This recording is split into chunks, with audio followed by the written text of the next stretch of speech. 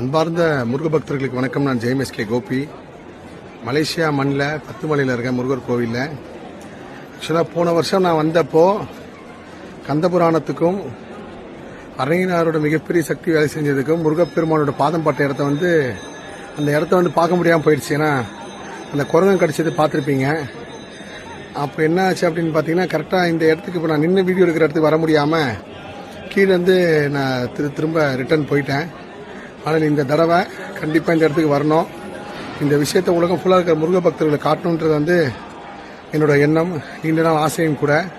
Malaysia 10 மலை முருகர் கோவில் மனிதர்களால் உருவாக்கப்பட்ட கோவில் கிடையாது. முருகப்பெருமானே வேண்டி விரும்பி அமர்ந்த இடம். ஒரு பெரிய ஆச்சரியம் என்னன்னா, கர்க்கிமுகின்ற ஒரு அரக்கை கிட்டத்தட்ட 1000 பேரை சிறைப்பிடித்து அந்த 1000 பேரை தேவர்களை காப்பாற்றுறதுக்காக முருகப்பெருமான் வந்தார். அது எந்த இடம்னு பார்த்தீங்கன்னா நான் காட்டுறேன் பாருங்க. அது கிட்டத்தட்ட இந்த இடம் தான். இப்போ நான் காட்டுறேன் பாருங்க. இந்த இடம் தான் முருகப்பெருமான் வான் வழியாக இங்கே இருக்கிற தேவர்களை மீட்டு தன்னோட பாதத்தை பதிச்ச தரம் எவ்வளோ பிரம்மாண்டமாக இருக்கு பாருங்க.